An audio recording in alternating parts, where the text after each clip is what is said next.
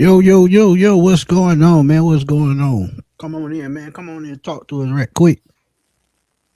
Hey, Chris, we slipping, man. We ain't had nobody in the comments when we started. Ain't that something? Hey man, people like they don't know what we had going on the past couple of days, man. But we've Man, been look. working behind the scenes trying to set some things up for the summertime, and at the end of the day, man, we still gonna come back and present some content to you, some thoughts, and Facts. that's what we had. We was going to do this show yet last night, but some things that came up, so it was like, all right, we'll go ahead and just pop on about midday and see what it do, man. Come up with this topic. We was talking about it. Falcon players who are on the bubble. Who could be on the bubble? That's an interesting conversation. And I feel like, it's cool to talk about it on old Taco Tuesday, Cinco de Mayo Day. Just shoot the breeze. Because I'm pretty sure we're going to be talking about this again as we're getting closer to training camp, as we're in the midst of training camp and stuff like that. Because remember, Smitty, we had some surprises last year at the end of the training camp, guys who were let go, like the Morgan Foxes of the world and everything like that. So because, guys were stepping up and competition, that's what it's all about. But you already know we got to say what's up to the chat and Smitty, let them know what's happening. You know it. You know it. You know it. King ATL supporter, what's up, my guy? TJ, what's good? RB, what's good, my guy? My boy Tonio. Tonio, what's good, man? Saturday. Congratulations to your sister, man. She graduated with a doctor's degree, man. So shout out to her, man. Yeah. Shout out to her, man. Look, I got to get her a hand for that one. Let me find this sound bite, man. Mm-hmm. I got to get her a hand, boy, because school ain't no joke, man. School is not a joke. But shout out to her, man. She a doctor now, and she worked hard for it. And look, I got to get her a round of applause for that. Yeah. That's how it is. Yeah, so Yeah, shout man, I out to love that. Miss Henderson, Dr. Henderson. Hey, man, I love Shout progression. out to her, man. Facts, facts, man. But look, we gonna talk about the Michael Penix situation a little bit later today, or tonight. But we're Mm-hmm. gonna give y'all something to think about before we start that conversation later on tonight. Matt Ryan did an interview earlier today, and he Mm-hmm. talked about the quarterback situation. I talked about it a little bit yesterday on a video, a quick video I did, man. Um, look, this quarterback battle topic is never going away, so y'all just strap on your seatbelt, sit back, and just take the ride. Yeah, shout out. Oh, Hey, there appreciate it, you man. go. He said, appreciate my daughter be a doctor in 3 years. That's what I'm talking about, man. That's what I'm Hey, talking man, about, making a man. Look, difference out here, we need more of our doctors out there, man. We do, especially right, especially the female doctors, man. They just as smart as us, if not smarter than us. So yeah, shout out to them, man. They're doctors, man. I love to see it. man. Mm-hmm. But yeah, with Michael Penix, this quarterback battle thing is not going away anytime soon, man. And y'all, if y'all haven't seen it, man, look, y'all Hey, seen him dance. Y'all want to talk about the knee, y'all can. Cause at the end of the day, it's just about fun, man. He got married, let him enjoy it, and look, Chris, right hey, quick, man. Hey, man, shout out to what you everybody think who. about old Mike busting moves out there? Hey, man, I'm about to say you got to play that guy, man. Hey, man, shout out to Kyle Pitts for this video right here. Right, let Bah. me turn that sound off. Yes, He sir. You busting see, moves on the dance floor. bah, bah. Hey man, you love to see it. I mean, my thing is, like I know this is a show we're talking about football and everything like that, but this is a great life moment right here. Hey, look at him. Ah, hey, that's what I'm talking about, though, man. But this is a great life moment, man. There's some things that are bigger than football, and this is right here what it was all about, man. You see a bunch of black excellence, you know what I'm saying, just having a good time. Just excellence, period, just everybody in the room. And just having a good time celebrating two people who Right, decided that, hey man, you're my person as well. Let's do this thing. And I'm happy for Michael Penix. I'm happy for his wife as well, Miss Olivia. So man, shout out to both of them. Shout out to Kyle Pitts, Storm Norton, Bijan Robinson, Drake London, AJ Terrell, even Terry Fontenot pulled up. So like again, all the guys that went and celebrated this magical moment for Michael and his wife, you know what I'm Not saying? Just shout Terry. out to all those guys. Yeah, Terry Fontenot was there. Yeah, but I mean, you think about it. Terry Fontenot got a relationship with everybody, with all the guys that was involved. Everybody who was there, Terry either drafted or signed. So, I mean, it wasn't surprising to me to really see him there. It was actually a treat to see Terry there because even though things didn't work out with the Falcons, I don't have any necessary like I'm not mad at Terry Fontenot as in like if like you know how you be when you Yeah, see ain't no somebody ill like, will I don't towards want to him. see him, you know what I'm saying? Like I don't have those type of thoughts, you know, so when it comes to Terry Fontenot, but again, he drafted really just about all these guys, and I'm not surprised, and I'm glad that they are able to still have a relationship outside of football. So again, bro, this is a beautiful moment. I love to see this. And what people fail to realize, man, a lot of these players, even though they play on different teams, in the off season, a lot of these players hang together, man. They've been friends for years, college years, met in the NFL as teammates, and they just keep that friendship going. So it's the same thing with Terry Fontenot, man. He feel like he was GM of the team, and a lot of these players he drafted and brought in. So he became a father figure to a lot of these kids, man. So Yeah, it's just something that I expect, man. But Raquel said, love to see it, man. Really need Falcon fans to not act like this guy's career over. Nobody's saying his career over. We just saying everything with his injury is just uncertain at this point. And that's the truth. Because think about it, man. Did we really know after he had surgery how long it was gonna take? Yeah, we knew it. But it's a reason why it's 9 to 12 months because something can happen in that 3 month span in between to push it back towards that 12. And look, he's moving fine and he's going to dance and he's not, doing anything strenuous. But at the end of the day, man, look, it's just that we know at any given time with injuries, and something can just go wrong, man. It just can. That's right. just a fact. Take it from somebody that I've been under the knife 1,000 times. I know it. Yeah, he said that right hand dance on the practice. I felt it. Yeah, he did. He did. You know, That's Raheem. crazy. That one thing about Raheem, Raheem would try to crank a little move too, you know, and that was another thing that when we first hired Raheem Morris, like his first, I say month or so, you already knew that those type of good things would be happening. You remember like the times where Raheem would be dancing with Arthur Blank in the locker room back in 2020 and everything. So I mean, again, man, as far as like times like Right. this, I wouldn't have been surprised if I seen Raheem in there trying to cut a move and everything because he knows a lot of these guys too. But he was not. Terry was there, and again, like I said, him having that relationship with the guys and them again, like I said, celebrating this unity right here. I love to see it, and also think about this: like for everybody who was there and involved, everyone got closer. Everyone got a had a date with them and everything like that, and everyone got closer because there was conversations that happened off camera and all that bonding and stuff like that. So that hopefully will help translate to the football field as most of these guys will be playing this season. Facts, facts, facts. Yeah, man. You just love to see these things, but we're gonna transition right quick to a quick little topic we did before we get into tonight's show. We just gonna give y'all sort of a snippet of what we'll be talking about. Hmm. Um, is Prequel, about if you Michael will. Penix from the Athletic, and y'all know Josh Kilner, man. Yeah, Josh Kilner. He's the Falcon senior writer, and he's always giving his take on things that he sees in the media. And this is what he had to say, man. Y'all can go check out this tweet, man. Uh, Mm, it says it's hard to imagine the Falcons not giving Penix a shot this year, and I absolutely agree with that 100%. I've He's been definitely saying going to get that. a shot because he was a number 8 pick. So yeah, Hmm. so He he they deserves have a to give shot. him a shot. It But definitely deserves a shot. facts, yeah, absolutely. And it said, but the new coaching staff and personnel department don't have any other of their professional reputation attached to him, and that's what me and Chris been saying Absolutely. ever since December. Nobody on this staff or this front office wrote on that card to draft him.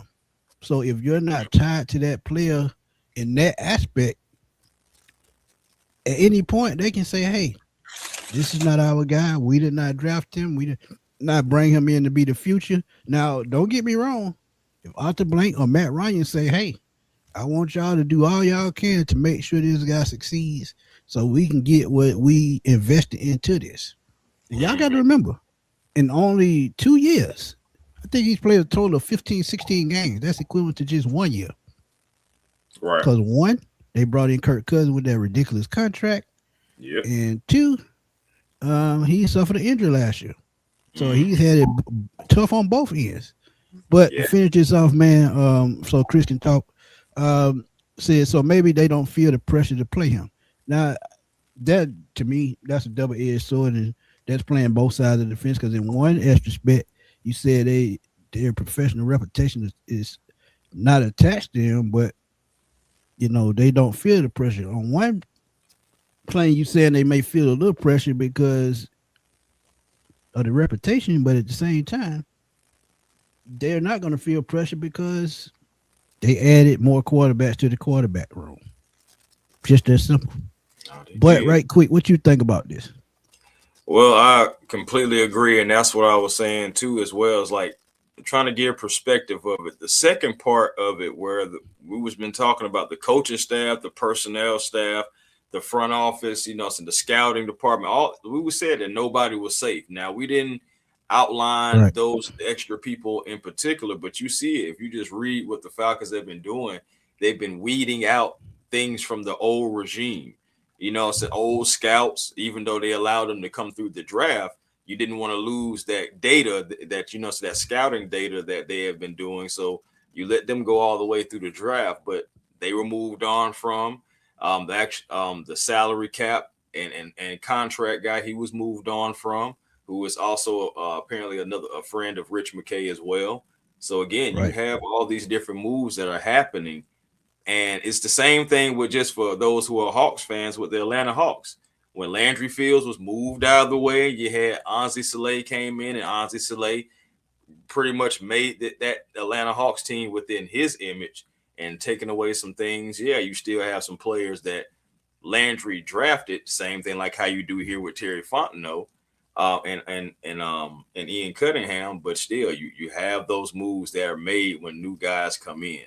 So again, I'm not surprised with the whole professional reputation thing, but I'm still standing 10 toes down on that first part, because it's hard to see the Falcons not giving Penix an opportunity, not giving them a shot. Because I just feel like, you are not doing a service not only to the logo, but to him as well, to try to see if he does have it. Right. Last thing you want to do is just be like, oh, we're not even going to worry about it. You're injury risk, and just send you to another team, and you mess around and somehow, some way have another 10-year career and being productive. You're going to be looking real crazy. But Right. again, that part is even a double-edged sword, because we already know what's the other side to that too. So Facts. it's Jason tough. Roberts, what's up, my guy? Yeah, and you absolutely 200% correct. And one thing, and a lot of people get offended when I say, but I'm just looking at it from the perspective of, just think, if you got to practice for a certain amount of time, you got to get ready and think. This is a new staff. So you got new terminology, new schemes. Now the schemes might be the same, but different terminology, the way they want to run it, who's going to do what, new playbooks, all that stuff. You just got to get down as a mental note. You got to go to film sessions. You got to do all of that. That part he's going to get to. But the part of performing, getting on the field, is something that I don't think he's ready to do yet. And they probably know it. That's why Matt Ryan just keeps saying he's looking good. He's looking good. But, we ain't going to get too much into it. But, yeah, I agree, man. Ain't nothing attached from them to him to keep him here long term. It's just the facts. And that's just the way it's going to be. Point blank, period.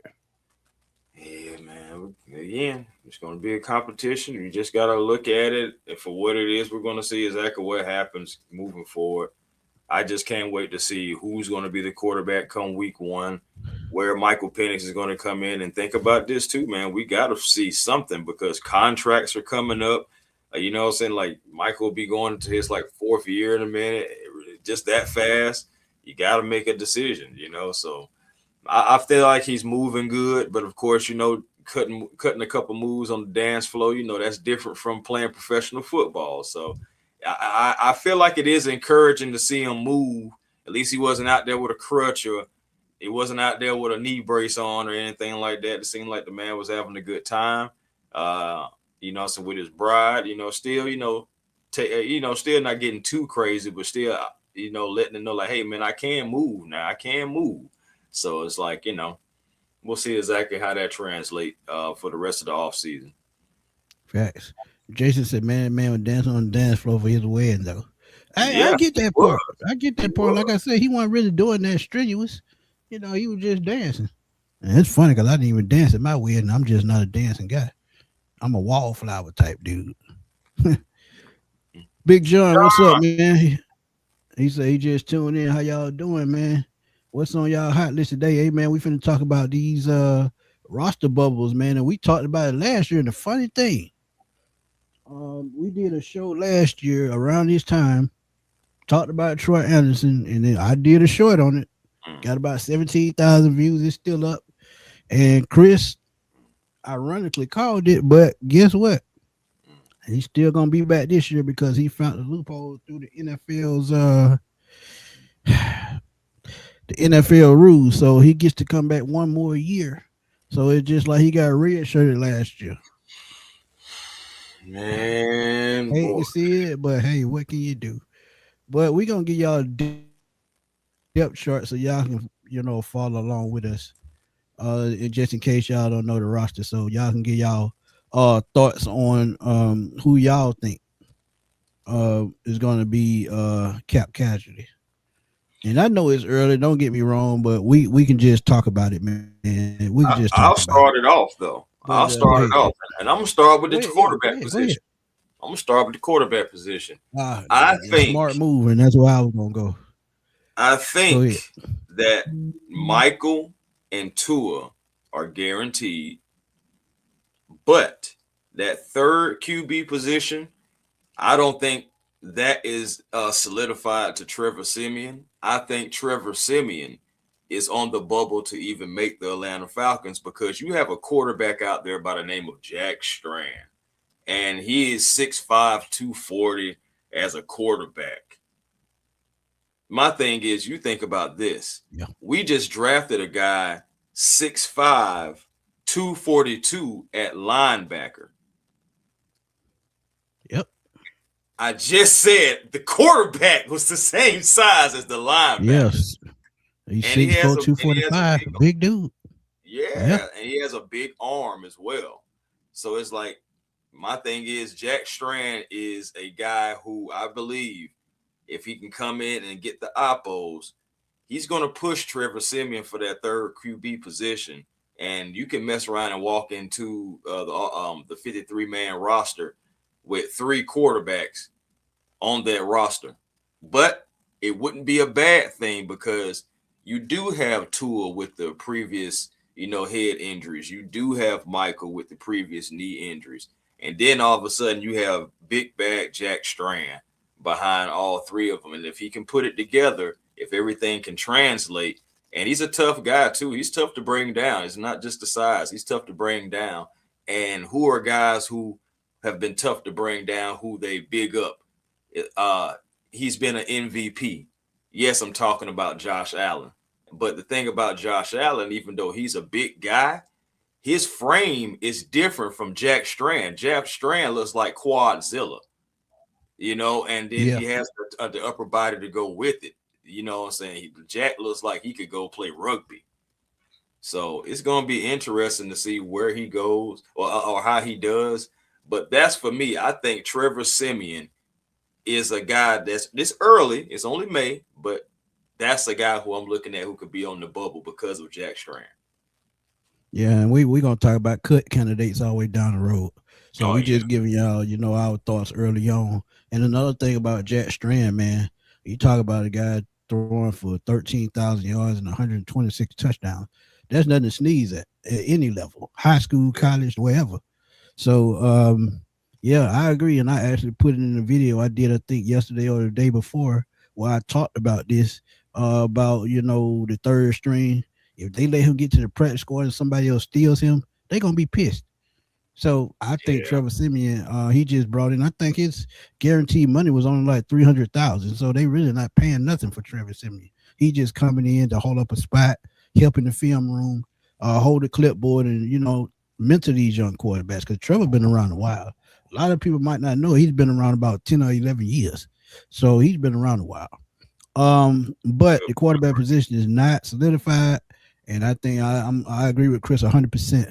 I think Jack could be that third string quarterback, and I keep telling y'all the key to all of this, Mr. Alex Van Pelt. They brought him in for these young quarterbacks to help them turn that corner, especially Michael Penix when he comes back. Tua Tagovailoa, another one. He was a little bit off last year. Turned the ball over a lot last year. So Alex Van Pelt is even going to help the offensive coordinator as well, Tommy Reese. So yeah, it's just as good as me saying Jeff Ulbrich gonna help these two young guys they just drafted. Absolutely, bro. Just that simple. Absolutely. But I'm gonna I'm gonna stay on offense. I'm gonna stay on Okay. offense. I'm gonna go Casey Washington, Ooh, and the that's a reason why I'm good gonna go one. Casey Washington because when you look at what and you see the depth chart right here on the screen, when you look at what they have brought in, and I can start with well, I can go back to last year, them bringing in Devin Tompkins. Y'all see him play a little bit towards the end of the season and what he does in the offense and on special teams. Chris Blair, who's a veteran who's been here about 4 or 5 years already, mainly a practice squad guy, got spot starts here and there. But one of the guys that I like, Vinny Anthony the second out of Wisconsin. I talked about this in the previous video as well. He's about 6 foot, about 185, solid hands, good runner after the catch guy, physical, and he's a special teamer. And this is a reoccurring thing with the receiver that they brought in. Drummond, wide receiver special teams. Keelan Marion, wide receiver special teams. Malik Mhm. Rutherford, wide receiver special teams. So whoever wins these last two wide receiver spots on the roster, they're gonna have to be able to come in, as a rotational guy. They're gonna be able to have to play special teams. So one Right. thing about it, Zachariah Branch, he's gonna do both. Olamide Zacchaeus, if they need him to, he can do both. So if Mhm. you're gonna play wide receiver outside of Jahan Dotson and Drake London, the other four are gonna have to be special teams or return guys. Just think about that. So I think Casey Washington, and he's been a little injury prone with these concussions the last 2 years. So hey, it could be just perfect timing for them, bad timing for him. What you think about Casey Washington? I think Casey Washington is a great one. Because again, I mean, that's another draft pick from the Terry Fontenot days. But Casey has seemed like he's capable, but Casey has had some bad moments. You know what I'm saying? He's had times where he's dropped passes, and mostly he's had times where he's been injured. And of course, that availability, we gotta have it, no matter what the name on the back of the jersey says. So, with these new guys coming in, you got Vinny Anthony the second. That guy is gonna push to make this roster. So you got the Chris Blairs, who still feel like doesn't really get a full opportunity to show you what he really can do. But good point about Devin Tompkins. So you also got Lamika Brockington. You also have, again, like I said, the Andrell Anthony. That's very interesting as well, because he has some size and some speed. So it's really interesting, and I can honestly say Casey Washington is a good one. But I'm gonna add to it as far as wide receiver. Since you went Casey Washington, I'm gonna go wild card, and it's not. And this one right here is, like I said, a wild card, but it still is a veteran, and it all depends on what the rest of the guys do on if somebody will be able to push him out. I'm talking about Oz. Right. I'm talking about Oz, the veteran, and Alameda Zacchaeus, and I look at it like this because he is signed to a 1-year deal. But you do think about this. You have all these special team / speedsters who are behind him. Yeah, Jahad Dotson, I feel like he's fine. I feel like Drake London, I know he's fine. As far as, when it goes to solidified spots, those two guys, I feel like it's going to be fine. I feel like Zachariah Branch. So that's three guys right there. So you still got Casey. You still got Ozzie. Still got Chris Blair. But behind all those guys, you have all those other guys who are trying to make the team, like the Dylan Drummond, the Vinny Anthonys, and all that stuff like that. So depending on how well one of those guys do, especially one of those speedsters on the back end, you could see OZ get cut, similar to how you saw Morgan Fox get cut last year. So just you got to think too. Yeah, go ahead. My bad. No. I'm just saying, just think about that. Yeah, you're absolutely right. And that's a good point because as I talked about Casey Washington, Olamide is in that same boat. Yeah, he played with Matt Ryan when he was here, but at the same time, he's been a floater outside of that. That one of these guys step up. Like I said, all they got to do is show them that they can play both positions. And Casey Washington, Olamide Zakia, Chris Blair, all the veteran wide receivers that's been here, they're a liability at that point. But I'm gonna go and somebody put it in the chat already. They already knew where I was going. My next one probably going to be Ryan Nuzia. And I hate to say this because I feel like he played very well last year. But Corey Levine, who they got from Tennessee, right? He's been a starter for a while. He's about 30, 31, maybe older than that, but he's a veteran in this league and he's a little bit more polished. But James Brockemeyer, he had 40 career starts, if I'm not mistaken, in college football at Alabama, TCU, and at Miami. He played all 16 games for the Hurricanes last year. And he actually has a twin brother. And I'm so old. I remember when their dad, Blake Brockemeyer, played for the 49ers. He was a first round pick in 95. So James Brockemeyer, he's one of those guys who has the experience in college. He has probably the tutelage from his pops to succeed. And that center position has been kind of up in the air since Alex Mack retired. Yeah, we got Drew Dahmer. He did pretty good. He got the big contract from the Chicago Bears. But after he left, the center position has been a big question mark. Because remember, Ryan Nuzia was a rotational guy. But Raheem and the previous staff were confident in him because he had been around for a while. But now that we have a new offensive line coach, we have a new type offense, I think James Brockemeyer fits it just a little bit better because he's a better pass protector. So so James Brockemeyer would be my next one. Go ahead. No, that's a good one right there. And I made a video where I was talking about the undrafted free agents.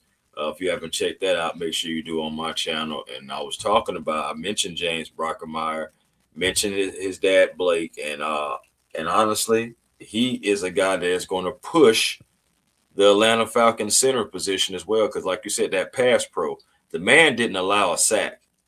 Just that alone, you're going to get looked at. Okay. I mean, you can't. And then the team that you played for was in the national championship as well. You was able to keep Carson Beck afloat. No sacks on your behalf. And one thing about it, I need somebody who's going to protect my quarterback. Darn it, I need somebody that's going to control my offense. Darn it, when it comes to the trenches. So we talked about Ian Cunningham being that former offensive lineman. We talk about Matt Ryan being the former quarterback and we also talked to Todd McClure. And when he even said that, you want to build from, us in the center position on back and, and build those trenches. James Brockemeyer, who is only 23 years of age, by the way, he'll be 24 in about a month or so, a month and some change on June 24th. But still, he has the opportunity. He is the youngest at the position because you have Nuzul, who is 27, 28, and then you have 31-year-old Corey Levin. So it's just like, at the end of the day, you have that youth. Even if you don't have him starting, I think you got to have Brockemeyer on the team. How do you just throw away a guy who doesn't give up any sacks? Like, I mean, you got to at least, see what that potential possibly could be. because that's what the name of the game: protective quarterback. If you're an offensive lineman, period. Agreed. Uh, what's your next spot you looking at? Man, we talked about the offensive line a little bit. I'm gonna stay right there at the offensive line and in the trenches. And I'm gonna talk about the fact that we did pick up, Riley Malman and also Ethan Inukwa as well. So you got those two guys. They're going to be pushing guys like, remember Jack Nelson, 2025 7th-round pick. Remember Storm Right. Norton, swing tackle, and remember that guy Michael Jarrell that Terry Fontenot had to pull up to the Falcons, and everything. That you still got Kyle Hinton. At the end of the day, again, old regime players who were serviceable, but will they still be able to make the team? But some of these new undrafted free agent guys, another 7th-round guy, similar to what Jack Nelson was. So you have those two particular situations. I'm wondering which one of these swing tackles, and I'm more so going to the back of the line, like with like you know how it is, last one hired, first one fired type thing. So that's why I'm looking at Mike Yep. Jarrell, and it'll be interesting about Kyle Hinton. He did play some good snaps, as well. It's really Norton, Jarrell, and Hinton. One of those three guys could possibly not be on the Atlanta Falcons. But even though if all of them stayed, I would not be mad because you need that depth, and you just never know what'll happen to the offensive line during the season.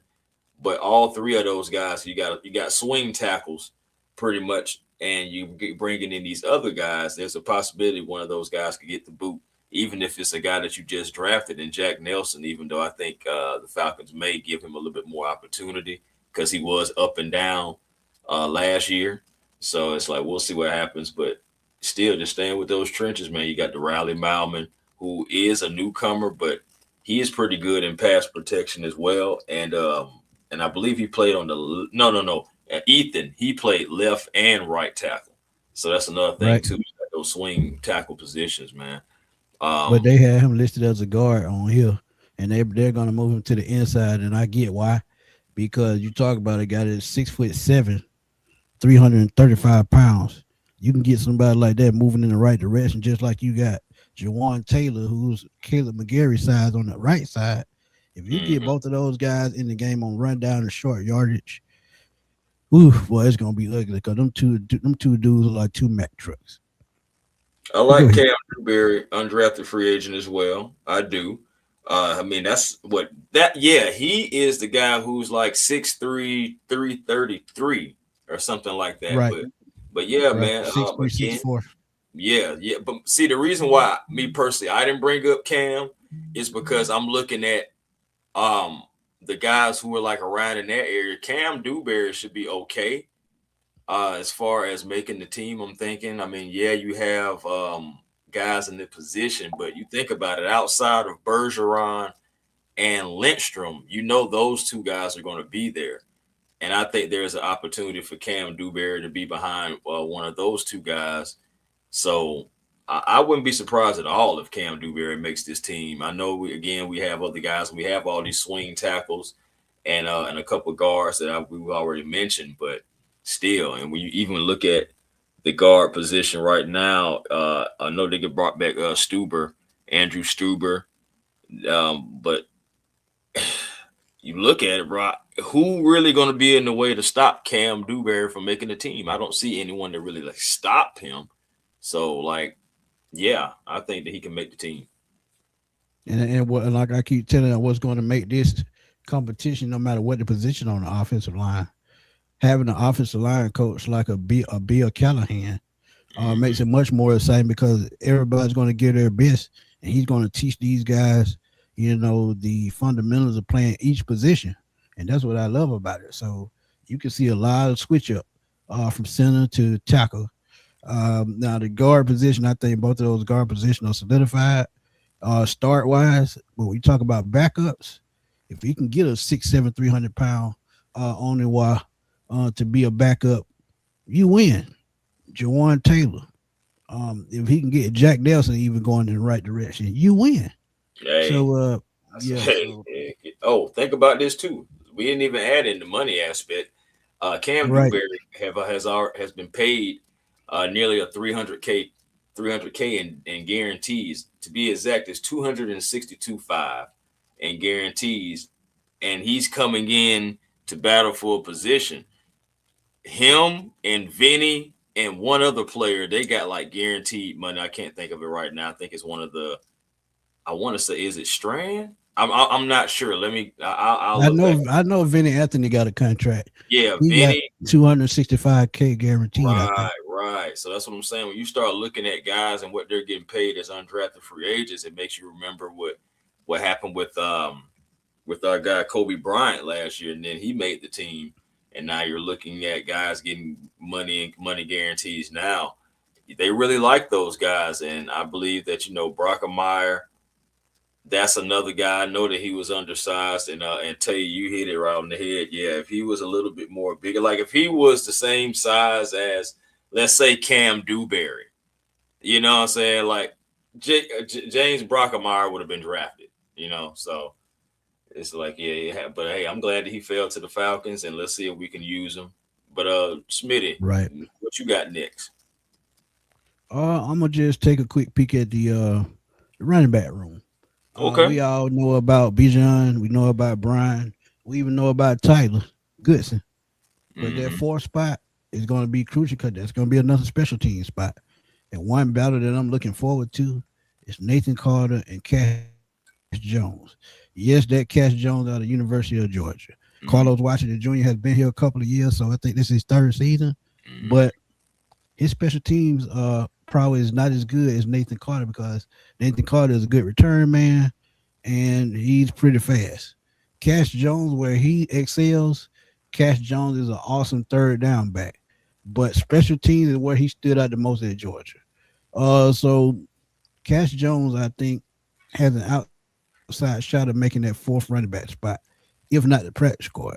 So I can see Nathan Carter, um, Cash Jones battling for that fourth spot, but Carlos Washington Jr. and Trent battle.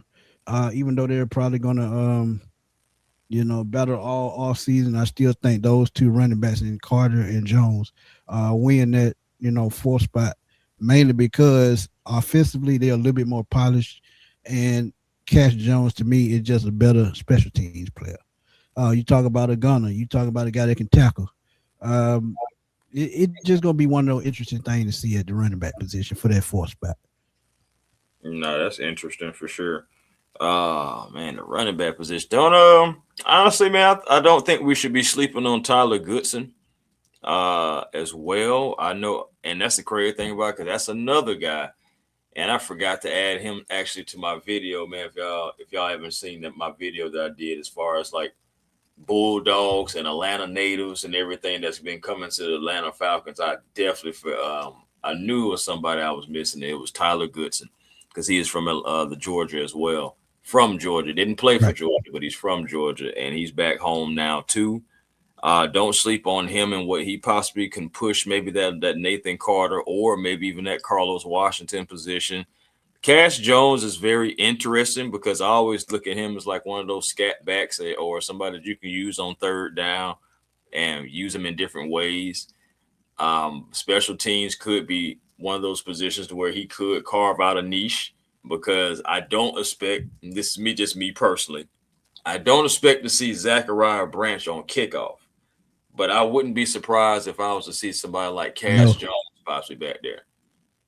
So it's like if Zach does anything, I think it's gonna be more so punt return than kickoff return. But special teams is where I Right. think if Cash Jones can make a living, he can do that.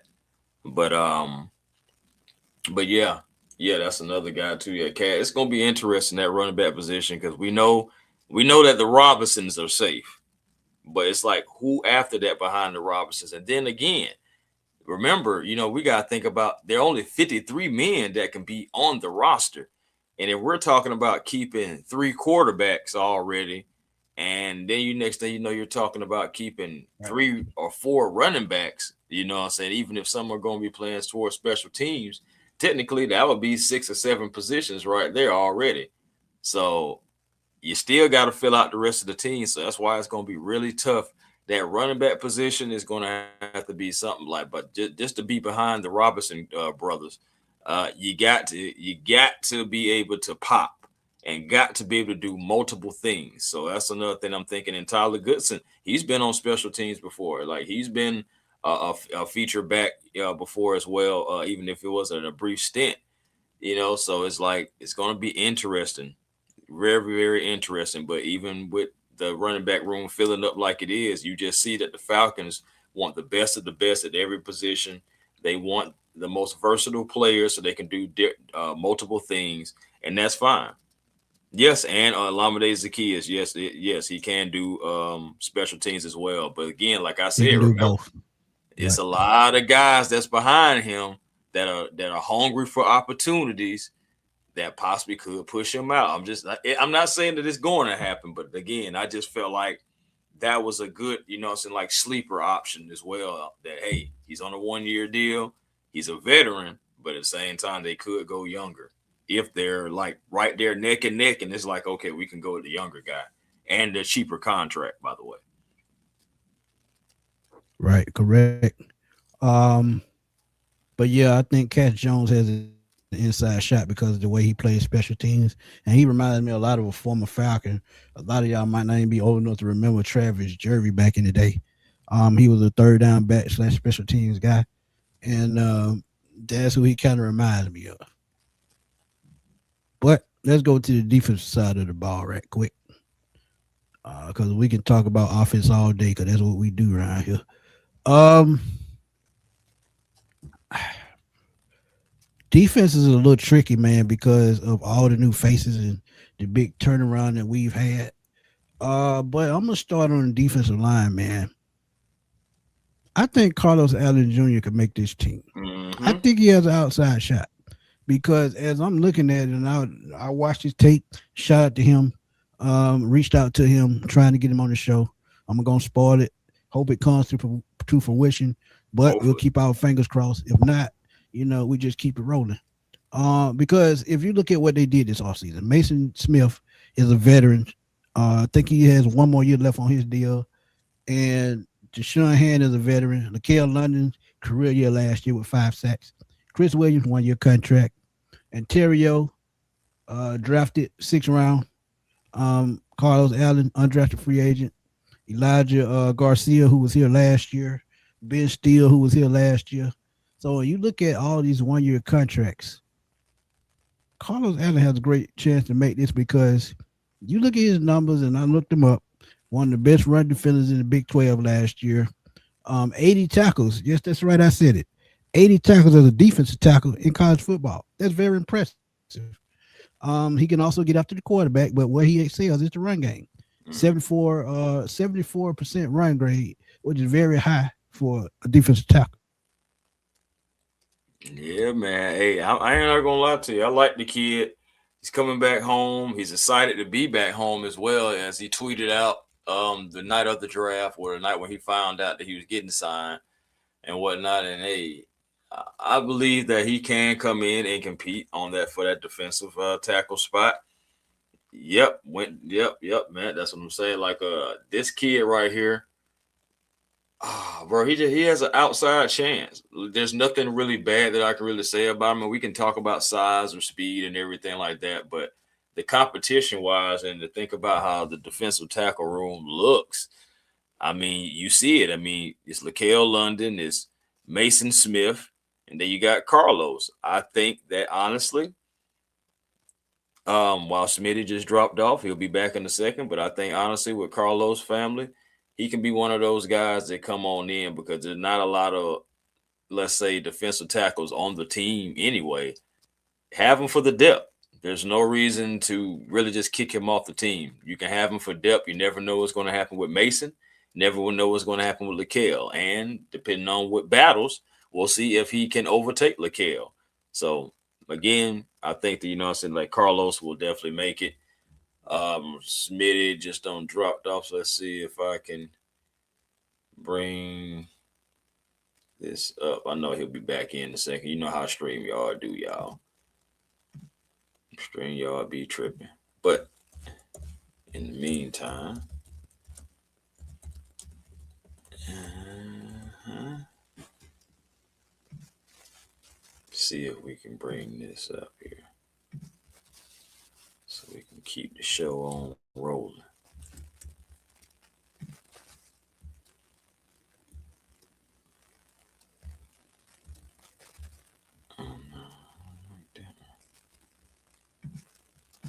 Anyway, though, yeah, man.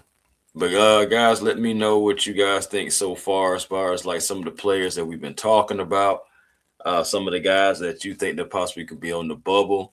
We're definitely going to talk about it on who can make this roster. It's going to be interesting, man. I ain't going to lie. It's going to be really interesting. I love the fact with the competition.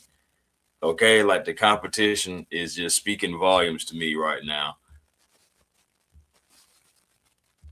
Okay. Then you think about this too. You still got Deshaun Hand, who was on the team as well. We did draft Ontario Thompson. So it was still funny. His draft video was funny. We're about to take it right here. Are you for real? But it's like that, man, when you're about to live your dream, right? And it's like, man, y'all really for to take me? Y'all really for to draft me here? So shout out to Ontario Thompson, man, too, man. But that's another one again, that nose guard position. You're going to have Ontario, you're going to have Mason. They got Deshaun Hand there, but I still think that Carlos Allen Jr. can still possibly make the rotation if he can come in and impress. Maybe push somebody out. But we've been struggling at that nose tackle for so long. You may just need to just keep all of them just because off the rip. But again, that's just my thoughts about that. Smitty, you back? Yeah, man. I don't know what the hell happened, man. Man, it happens. Let's get back to it, man. Oh yeah. Trying to pull this depth chart up so y'all can see we it. back. We back. We can keep this thing rolling, man. Yeah, I was just finishing off on the nose tackle. Stop me today. I'm gonna keep it going. Go ahead. Yeah, I was just finishing up on the nose tackle and think about it. Okay, so yeah, choose your next one. Yeah, my next one, man. I'm gonna go linebacker. Bro. I knew that. I knew you were going there. It's kind of hard for me not to. I mean, there are two guys in particular that really three guys, but I mean, I know you got to have that depth as well. So it could be some guys that could stay for special teams. When I look at it, Christian Harris, I think he makes the team. As long as he stays healthy, I believe that he can make the team. You got Malik Vernon back there, who has been a guy who's been with the Falcons, for a couple of seasons now. That's kind of like a hybrid type of a player, and been on the special teams. It would be interesting to see if he gets pushed out or if he'll be able to continue to make the team over like a Channing Tyndall. You know what I'm saying? But J.D. Bertrand and Troy Anderson, definitely on the bubble to me. Definitely on the bubble. Troy Anderson been on the bubble for 2 seasons now, to be honest. And I said last year, I don't think Troy plays. Troy didn't play. And we'll see what happens this year. Again, he has his opportunity with that loophole. But we'll see if he even makes the team, because we do have the Christian Harris, Devon Diablo. We know that they're fine. I feel like Kendall Daniels, Harold Perkins Jr., who I called, by the way. But Harold Perkins Jr., those two guys are going to be there. And then you still have a special team ace in Channing Tyndall. I believe that those guys right there, they can definitely make the team. Bubble guys are definitely J.D. Bertrand, definitely Troy Anderson for me, 1,000%. And then you still never know. There could be more additions. There are still some guys out there.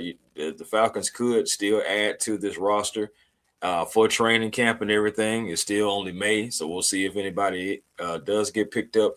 But we talked about the linebacker room being one of the weakest positions just on our team. Now we're trying to continue to make it strengths. I know Jalen Walker eventually will be, in that linebacker room. He'll be dipping and dabbing. He'll be moving around.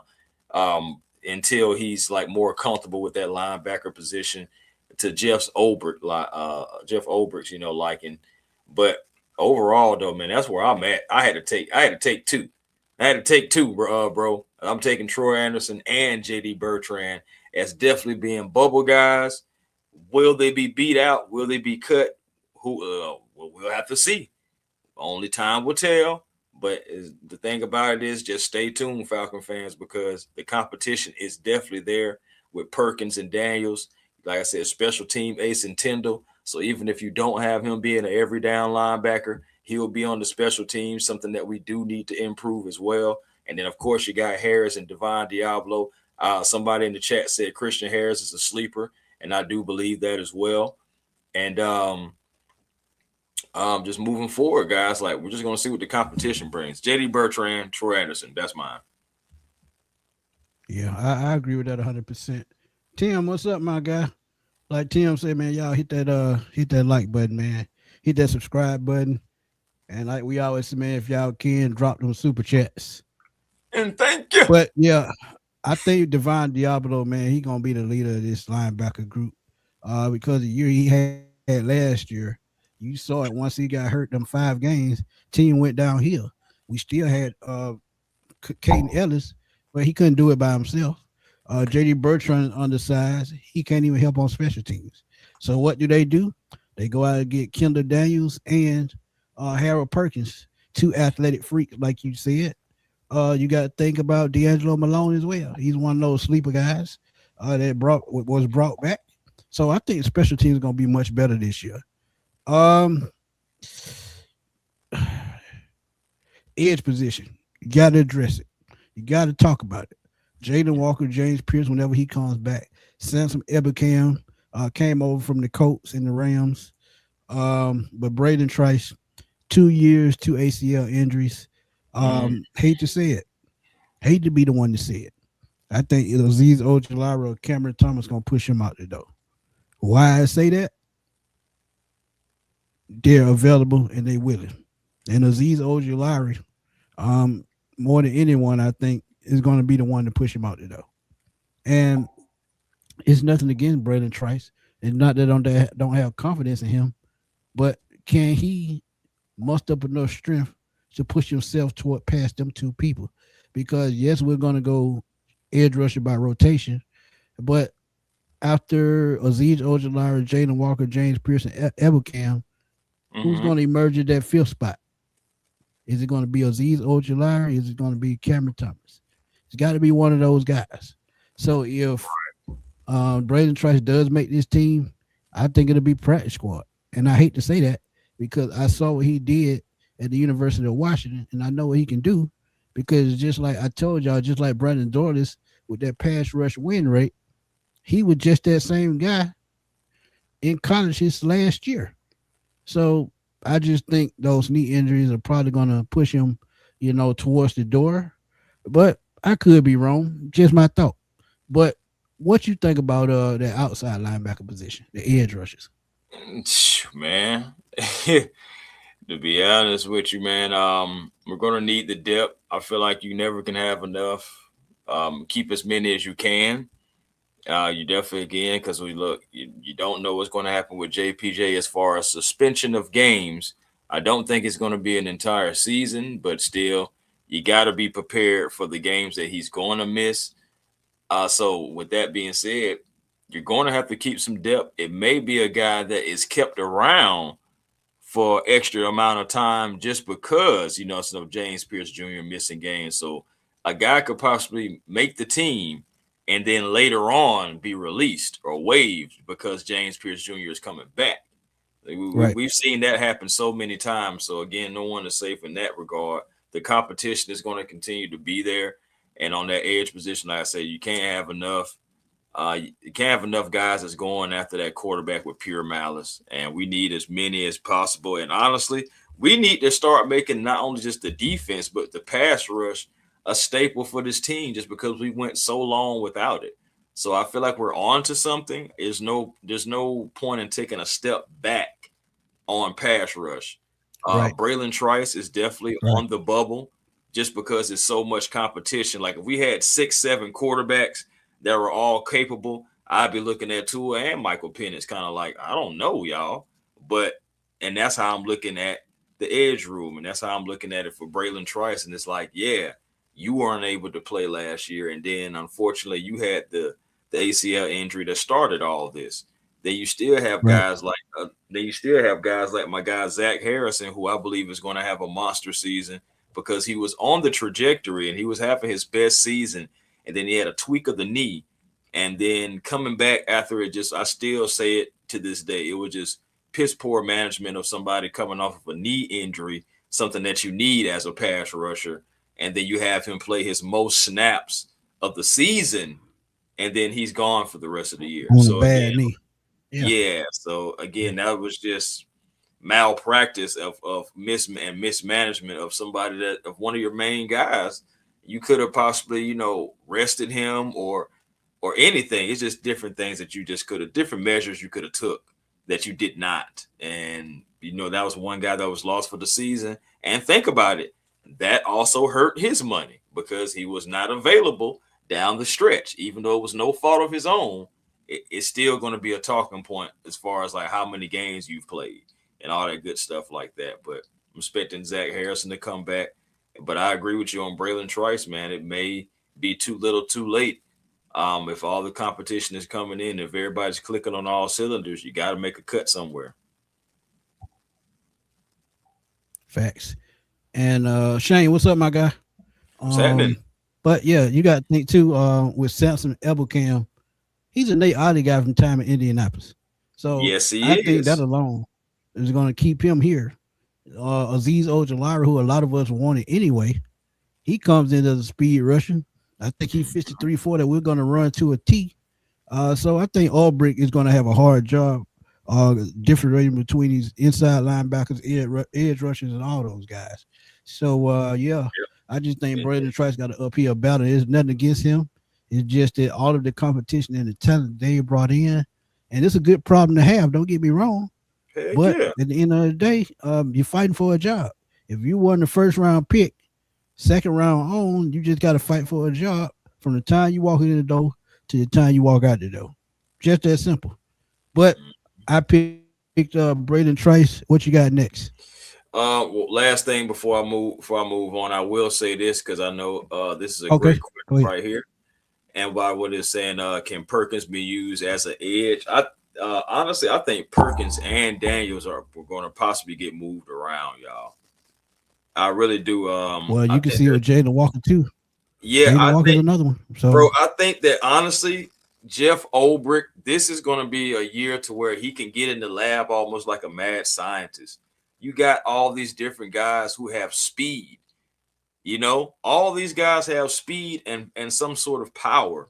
When we're talking about Jalen Walker, when we're talking about Perkins, when we're talking about Daniels, and you still have Divine Diablo, even though you don't necessarily want him going after the quarterback. He can, but we don't need him to. It's like you have all these different guys that you possibly can put in different spots, depending on the formation, depending on the personnel from the opposing team.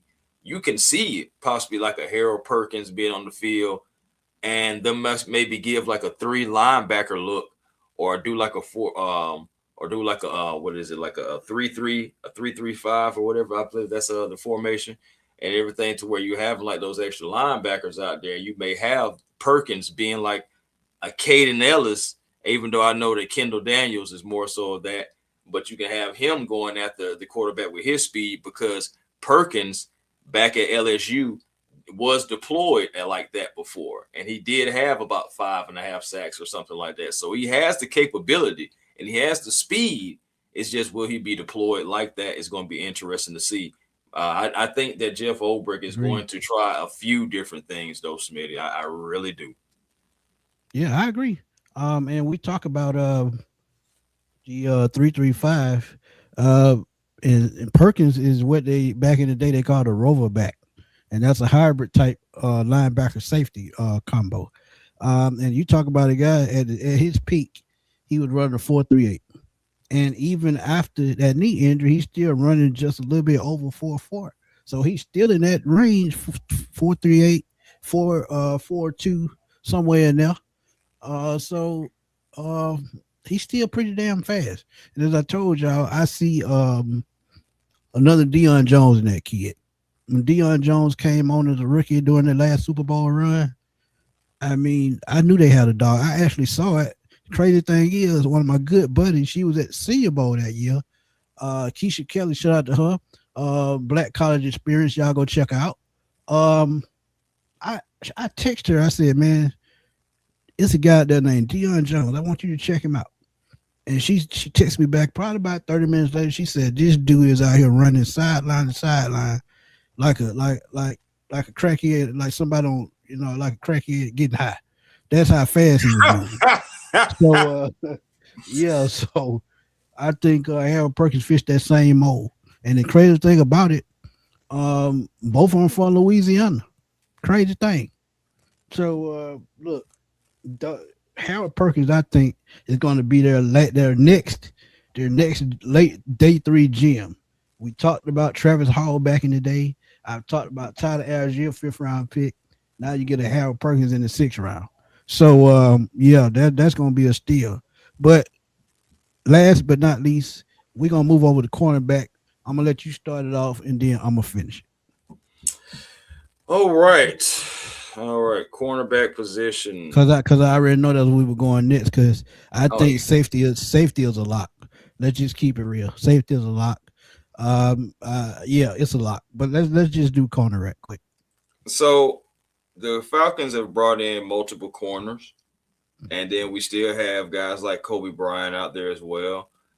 Um, because of the contract situation, I don't think Mike Hughes is on the bubble. That's the only reason why I say that. It just like contract wise, you would lose money by cutting him this year. So You got them numbers pulled up, or you need me to do it? I mean, Cause you I can know pull up his numbers if you want to. I I do remember though, yeah it is a negative against the Falcons cap if you do cut him this year. But I mean, if yeah guys are playing that doggone well, you got to make the tough decisions. But I will say Clark Phillips the third, and Smitty, I talked about him before. It's similar. He's a guy that has a lot of heart. He's going to fight. He did get as far as like some size to him too, because he can't grow as far as the height, but he did gain some size as far as like his body type goes. But he just was dealing with some injuries. But I still right. feel like he's a major candidate for the bubble situation after Avion Terrell is now here. Then they did sign Darnay Holmes. Remember that. Then also they did bring back Natron Brooks. Yeah, You got another slot. you got Mike Ford. Even though I know he's more so of a special team guy, he's an emergency corner. You still have cornerback Kobe Bryant, who's coming into his second year. If you don't think that he's looking to battle for a position, you're crazy. And I already talked about Mike Hughes. So and then you still brought it. You're still inviting. Not sure if he accepted the invite yet or to come to the Falcons training camp because I think he got invited to the Chiefs training camp too, and that is the undrafted guy from Georgia Tech, Clayton Powell Lee, I believe his name is. So that's another cornerback as well. Powell Lee, So absolutely. that cornerback room is filled, brother. And with that being said, like I'm looking at Clark Phillips, and I'm just like, I don't know, Clark, because they did re-sign Natron Brooks. So I think that they like Brooks and what he could bring. But you come on and you bring in Darnell Holmes, and you also have, like I said, all those other guys. Kobe Bryant's coming into his second year. He's definitely gunning for the cornerback 2 spot or a slot position. Then the guy that I haven't even mentioned yet, the heat-seeking missile, Billy Bowman. So when he comes back as well, you have all those different guys in that cornerback room to go along with AJ Terrell. That's going to be really interesting to see where the Falcons go with that. It's a lot of guys out there. There's some not to mention CJ Henderson. So again, that cornerback room is so filled. I gotta go with Clark Phillips as definitely being one of the guys, even though he's one of the longest tenured guys right now. Outside of the normal guys, I still can see him being on that bubble for sure. Agreed. Yeah, it says Mike Hughes' contract. If he is cut before June 1st, which is next month, 6.6 million. After June 1st, 1.1, and then you go to next year, it's completely opposite. 1.6 before, 7 million after. So yeah, if you cut him now, you be losing money because I think his salary number is about 5.4. So you would lose $1 million. It would no, if you cut him after June 1st, is a million in the negative. Is what I mean. Is what I'm trying to say. So yeah, you would be losing money if you cut him post June 1st. You would lose another $1 million because it's guaranteed money towards his roster bonus. Right. So yeah, it prorated bonus 1.6. So yeah, you lose a lot of that. You lose all of that but 500,000. So yeah, Right. it ain't no point in trading. Just keep him. And And and then then think two. about this too, Smitty. It doesn't make no sense Okay, to go get ahead. rid. I'm just saying it doesn't make any sense to get rid of him if, let's say, no one is stepping in front of him on the practice field. So you got to think about that too. Agreed.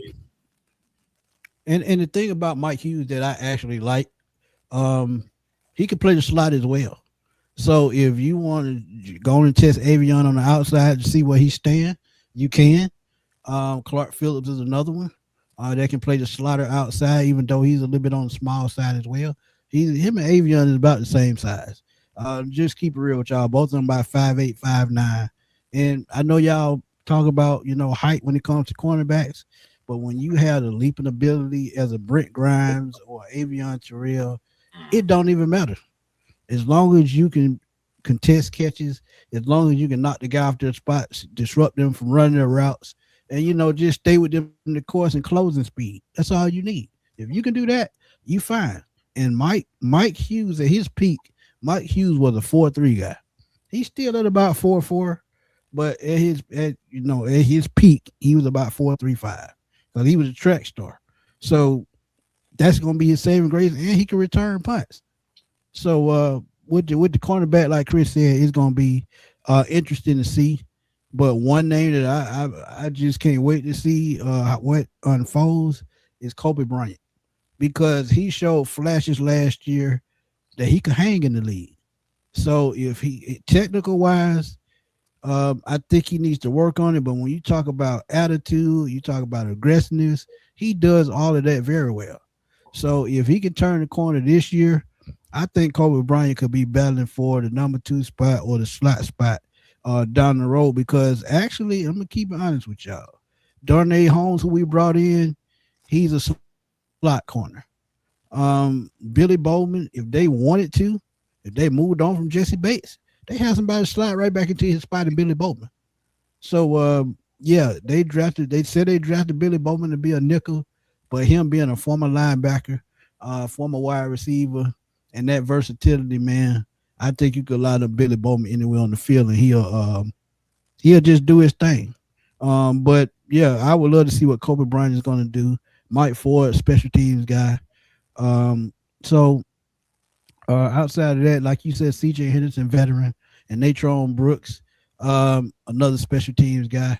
So yeah, I just can't wait to see how the cornerback room shakes out, especially at the nickelback position, depending on which way they want to go. Mm-hmm. That's what I'm saying, bro. Hey, all this competition, bro, it's gonna be good. We're gonna put the best Falcons out there on the field, and I can't wait for it, man. I can't wait to training camp. Like I'm expecting training camp to be live, lit. I'm expected to be actually be better than what it was last year, to be I'm honest. glad you So, said that because I got to order me a football. oh yeah, try to get old football signed. Yeah, Yeah, man, that's man. another thing too, man. Get your memorabilia ready, man. Your football, your hat, whatever. I mean, I know they're gonna be giving those flags away, and I know people are signing those flags, but man, yeah, if you really got something you want players to try to sign, that's gonna be the perfect time to try to do there, man. Do that, you know. It's funny, man. It's crazy how life come at you fast because so many guys that we got pictures with, some of those guys really ain't even with the team anymore. That's just already crazy. Yeah, crazy. It happens like that sometime though. Yeah, Yeah, for sure, yeah. for But sure. Yeah, man, another great pop-up show, man. We had to come through, give y'all our roster bubble thoughts.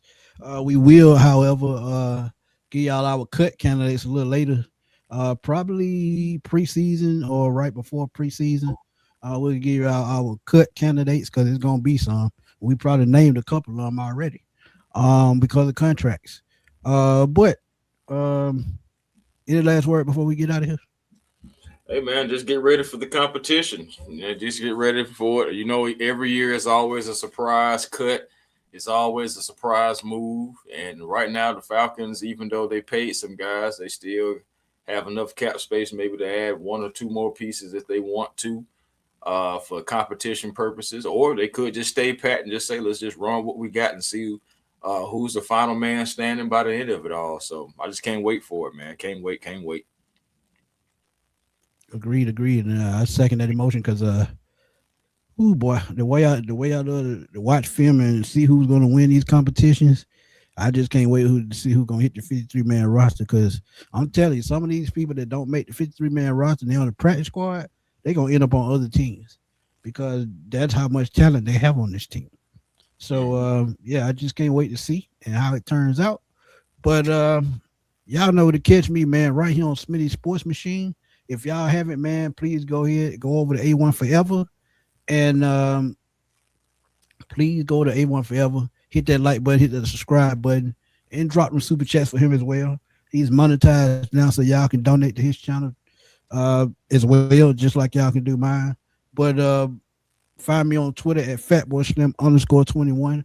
Always over there blowing that thing up, and always catch me here right on the sports machine as I drop the latest news, my thoughts on things that we hear around the world of sports. And tonight, if we can find the time, we will bring it back, roll back with the Michael Penix conversation, and give y'all our thoughts on Matt Ryan's his thoughts on the quarterback competition.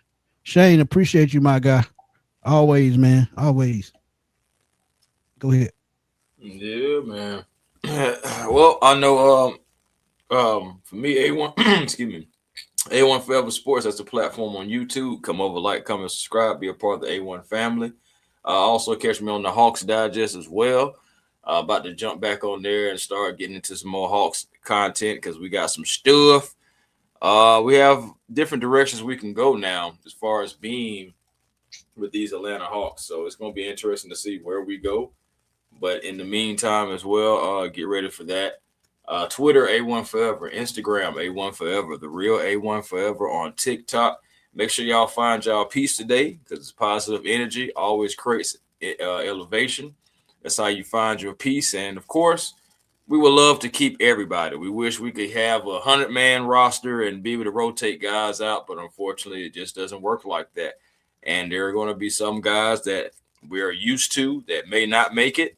And it's going to be some guys that we're going to have to get used to because they're on the team. So just get ready. Regardless, Facts. it's still all about the logo, and we're going to keep repping these Falcons. Rise up.